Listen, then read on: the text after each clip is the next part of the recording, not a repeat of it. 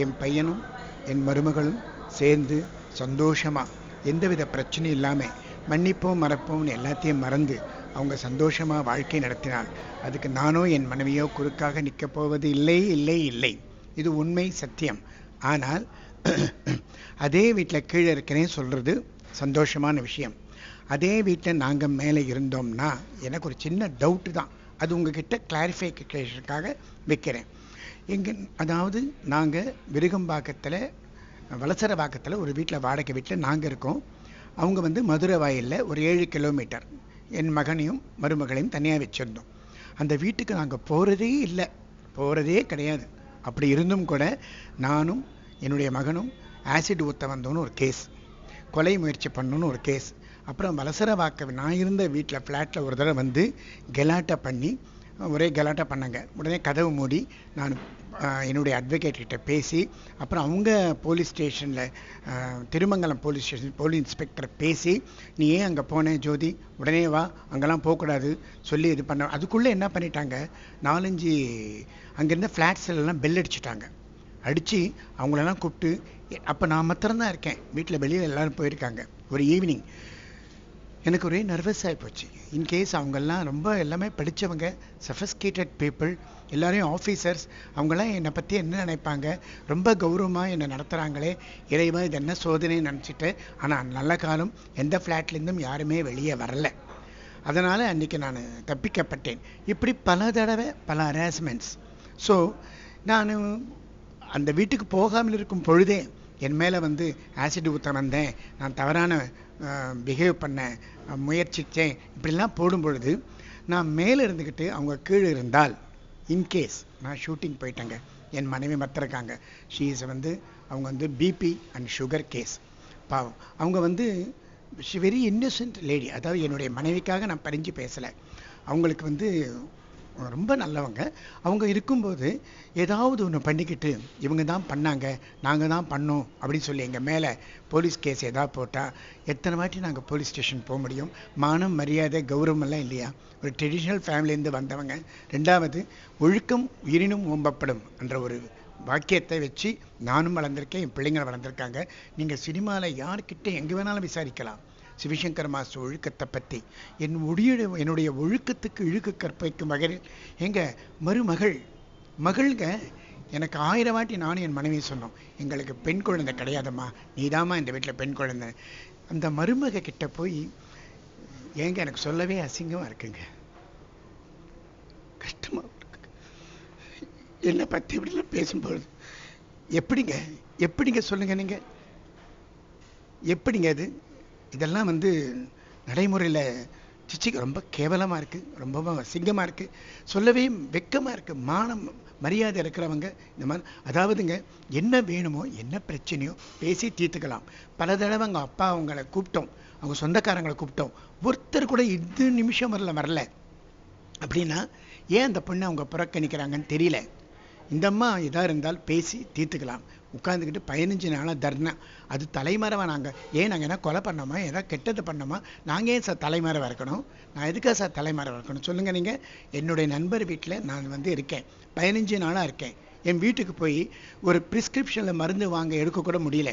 நாங்கள் தலைமறைவாக இருக்கிறவங்க, என்னுடைய கார் அங்கே தான் இருக்குது. ஸோ வெளியில் போகும்போது என்னுடைய டிரைவர், என்னுடைய சின்ன மகனோ பெரிய விஜயோ இல்லை என்னுடைய மனைவியோ போய் டெய்லி காரை எடுத்துக்கிட்டு வந்து காரை வைக்கிறாங்க. அப்போ நாங்கள் இந்த ஊரில் இருக்காங்கன்னு பார்க்குறாங்க அந்த அம்மா உட்காந்துக்கிட்டு. அப்புறம் தலைமறைவுன்னு ஏன் சொல்கிறாங்க? தலைமறைவாக வேண்டிய அவசியம் எங்களுக்கு என்ன இருக்குது? இப்போ கூட நீங்கள் சேனல் கூப்பிட்டீங்க, நாங்கள் மரியாதை கொடுத்து வந்தோம் உங்களுக்கு. நாங்கள் தலைமறை வந்தால் வர வேண்டிய அவசியம் இல்லையே, உங்களுக்கு அட்டன் பண்ண வேண்டிய தேவையில்லையே. ஏன் நாங்கள் வந்து ஓப்பனாக இருக்கோம், ஒன்றும் கிடையாது.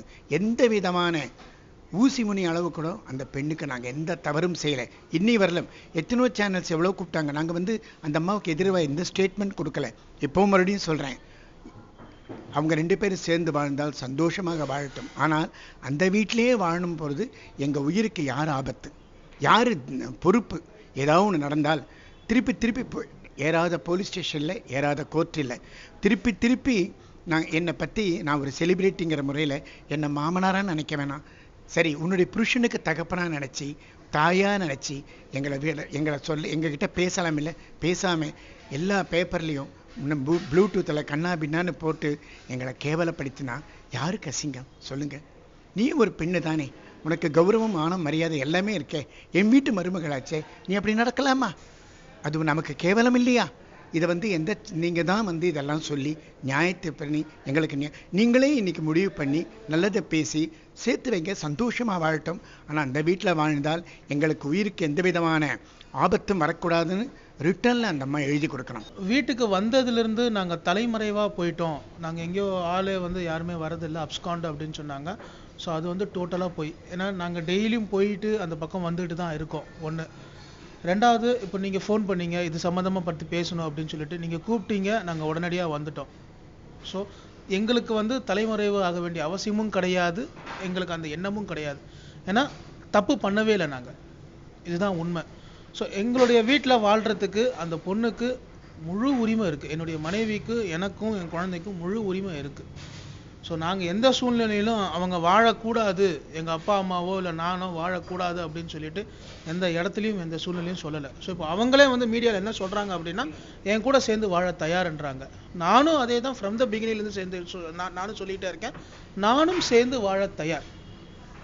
ஃபஸ்ட்டு டைவர்ஸ் அப்ளை பண்ணது நான் தான். ஏன்னா பிகாஸ் ஆஃப்டர் மேரேஜ் நான் எல்லாருமே ஆசைப்படுற வாழ்க்கை என்ன, கல்யாணமான பிறகு சந்தோஷமாக இருப்பாங்க அப்படின்னு சொல்லி தான் அந்த ஒரு கோல்டன் ட்ரீம்ஸோட தான் நானும் என்னுடைய மேரேஜ் லைஃப்குள்ளே என்டர் ஆனேன். பட் அன்ஃபார்ச்சுனேட்லி என்னுடைய மனைவி கொடுக்குற ஹராஸ்மெண்ட், என்னுடைய மனைவி கொடுக்குற டார்ச்சர்ஸ் என்னால் தாங்க முடியல. வேலைக்கு போகும்பொழுது வாண்டடாக பூட்டி சாவி மறைச்சி எங்கே என்னை வச்சிருவாங்க. எனக்கு ஃபோன் மேலே ஃபோன் வந்துக்கிட்டு இருக்கும், எங்கே மாஸ்டர் இருக்கீங்க, எங்கே இருக்கீங்க, டேரக்டர் வந்துட்டாரு, எல்லாம் வெயிட் பண்ணிகிட்டு இருப்பாங்க. நான் அங்கே போனால் தான், நான் வேலை செஞ்சால் தான் எனக்கு காசு வரும், என்னால் பிழைக்க முடியும், அந்த ஒரு வரக்கூடிய வருமானத்தை வச்சு தான் எங்கள் ஃபேமிலியை ரன் பண்ண முடியும். யாராக இருந்தாலும் அதுதான். பட் வேணும்னே இந்த மாதிரி ஒரு டார்ச்சர். அப்புறம் நைட்டு கொஞ்சம் லேட் நைட்டு ஷூட்டிங் எல்லாம் முடிச்சுட்டு இல்லை டிஸ்கஷன் முடிச்சுட்டு கொஞ்சம் வீட்டுக்கு வந்தால் அவ்வளோ சீக்கிரத்தில் கதவு திறக்க மாட்டாங்க. எத்தனையோ நாட்கள் நான் வெறும்னு என் வீட்டு பால்கனிலே நான் படுத்திருக்கேன் கதவை திறக்காமல். அண்ட் வேணும்னே அவங்களுடைய பெட்ரூம்காக லாக் பண்ணிடுவாங்க, ஹாலில் தான் படுக்கணும். இப்படி பல மென்டல் டார்ச்சர்ஸ் எனக்கு கொடுத்துருக்காங்க. ஸோ ஒரு ஸ்டேஜில் இதெல்லாம் என்னால் பார்க்க முடியாமல், என்னால் தவிர்க்க முடியாமல் தான் நான் போய் டைவர்ஸ் அப்ளை பண்ணேன். ஸோ டைவர்ஸ் நான் அப்ளை பண்ணது கூட இந்த மாதிரி என்ன மென்டல் ஹராஸ்மெண்ட் ரொம்ப பண்ணுறாங்க. அண்ட் மோரோவர் ரொம்ப பார்த்தீங்கன்னா எப்போ பார்த்தாலும் 24 மணி நேரம் பணம்.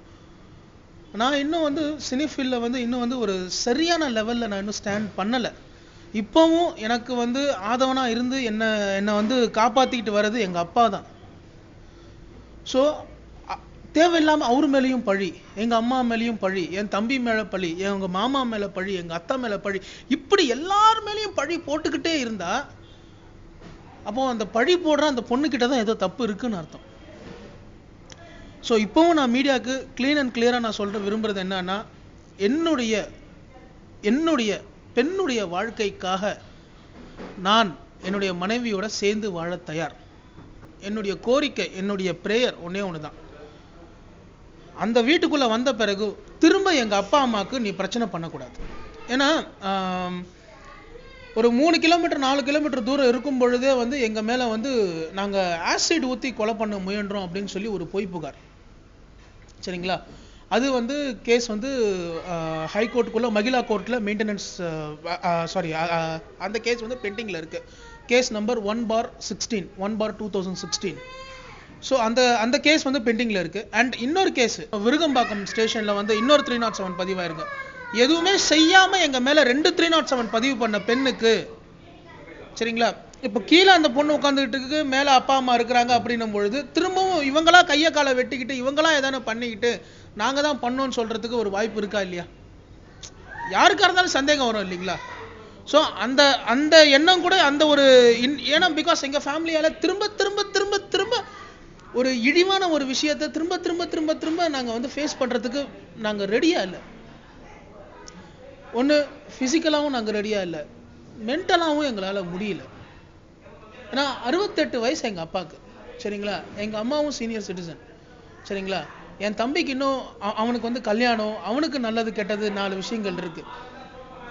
எதுவுமே பார்க்காம 2 வயசு குழந்தை, சரிங்களா, இது வரைக்கும் ஆசையாக உண்மையாக என்னால் தூக்க கூட முடியல. குழந்தையுடைய விஷயங்களை மாத்திரம் மனசில் வச்சுக்கிட்டு எங்கள் அப்பா அம்மா வச்சுக்கிட்டு நான் ஓடிக்கிட்டு இருக்கேன். இருந்தாலும் அந்த பெண்ணுக்கு எங்க வீட்ல அந்த பொண்ணு வந்து உட்கார்ந்த பிறகு நீ அங்கேயே உட்காருமா, ஓகேங்களா, ஒன்ஸ் லா என்ன டிசைட் பண்ணதோ இல்ல அப்படின்னா பெரியவங்க என்ன டிசைட் பண்றாங்களோ அது வரைக்கும் நாங்க வெயிட் பண்றோம்னு சொல்லி இப்ப கூட நாங்க தான் வீட்டை விட்டு வெளில வந்திருக்கோமே தவிர அவங்கள வீட்டை விட்டு போக சொல்லல. பழசு எல்லாத்தையும் நாங்க மறந்துட்டு, ஓகேங்களா, நான் நிம்மதியா வாழ தயார். ஆனா அந்த மாதிரி பட்சத்துல மீண்டும் எங்க மேல எந்த ஒரு வழக்குகளோ தேவையில்லாத அவதூறான வழக்குகளோ எங்க மேல பதிவு பண்ணக்கூடாது. நானும் டைவர்ஸ் கேஸ் வாபஸ் வாங்கிக்கிறேன், நீ போட்டிருக்கிற கேசஸ் எல்லாத்தையும் வாபஸ் வாங்கு, சந்தோஷமா ஹாப்பியா லெட் அஸ் லீவ். அவ்வளவுதான். நான் வேற எதுவுமே நான் கேட்கல. எங்க அப்பா அம்மா, என்னுடைய தம்பி, என்னுடைய குடும்பம் கண்டிப்பா தலையிடவே இடாது. ஜனவரி 2015ல வந்து அவங்க டிவோர்ஸ் போட்டாங்க. இப்போ நான் வந்து இப்படி உக்காந்து இருக்கும்போது தான் வந்து அதுவும் நான் அந்த கேஸை வாபஸ் வாங்கினா டிவோர்ஸ் வாபஸ் வாங்குறேன்றாங்க. இப்போ கூட அவங்களுக்கு வந்து அதை வாபஸ் வாங்கணும்னு தோணலை. Only it is a deal. நான் வாங்கினா அவங்க வாங்குவாங்கன்னு எனக்கு நம்பிக்கை வரட்டும். அவங்க இனிமே என் குழந்தைக்கு எனக்கு எந்த விதமா வந்து எதுவுமே ஹார்ம் பண்ண மாட்டாங்கன்னு நான் கண்டிப்பா வாங்குறேன். அப்போ வரைக்கும் என்னோட கோரிக்கை வந்து எனக்கு இங்க இருக்கிறதுக்கு இடம் வேணும், இங்க இருக்கிறது தான் எனக்கு சேஃப். நான் அவங்களோட ஒரே வீட்டில் ஒரே ஹாலில் இருக்கணும்னு சொல்லலை. அவங்க மேல் போர்ஷனில் தான் இருக்காங்க, இங்கே இந்த கீழ் போர்ஷன் காலியாக தான் இருக்குது. இது வந்து யாருக்கும் வாடகை வீடுல. இது வந்து நான் இங்கே உக்காந்து 15 days ஆகுது. 15 daysக்கு இங்கே யாருமே வரல. இங்கே இருக்கிறதுக்கு எனக்கு ஒரு இடம் கேட்குறேன். அவங்க கேட்குற மாதிரி எழுதி கொடுத்துட்டு நீங்கள் வந்து வாழ தயாரா, இல்லை அதுக்கு என்ன மாதிரியான டிமாண்ட் நீங்கள் வைக்கிறீங்க? நான் எந்த விதமான டிமாண்டும் வைக்கல. எனக்கு இங்கே இருக்கிறதுக்கு ஒரு இடம் தான் கேட்டேன். அவங்க இனிமே வந்து எனக்கு என் பொண்ணுக்கு ஹார்ம் பண்ண மாட்டாங்கன்னு எனக்கு ஒரு நம்பிக்கை வந்தப்போ நான் எல்லா கேஸும் வாபஸ் வாங்குறேன், எழுதி கொடுக்குறேன். அப்போ வரைக்கும் எனக்கு ஒரு உத்தரவாதம் தேவை. அதனால நான் வந்து என்னோட சேஃப்டியும் என் பொண்ணோட சேஃப்டியும் தான் பார்க்குறேன். அவங்க வந்து அவங்களுக்கு அவ்வளோ தப்பு பண்ணலைன்னா அவங்க பயப்பட வேண்டிய அவசியமே இல்லை. போயா நான் வந்து என் கையை அறுத்துட்டோ இல்லை வந்து இது பண்ணணும்னா எப்போ பண்ணியிருப்பேன்னு 2 years-ஆ போராடுறேன். இந்த விஷயத்துக்காக 2 years-ஆ போராடுறேன். எல்லா இடத்துக்கும் போகிறேன், எனக்கு ஒரு நியாயம் வேணும்னு எல்லா இடத்துக்கும் போகிறேன். 2 years-ஆ போராடுறேன். பண்ணணும்னா அப்போவே பண்ணியிருப்பேன். எது உண்மையோ அதுதான் சொல்கிறேன். ஆசிட் வந்து சீஸ் பண்ணியிருக்காங்க. அது இப்போ ட்ரையல் நடக்குது. பொய்யா உண்மையான்றது கோர்ட்டு வந்து ப்ரூவ் பண்ணட்டுமே.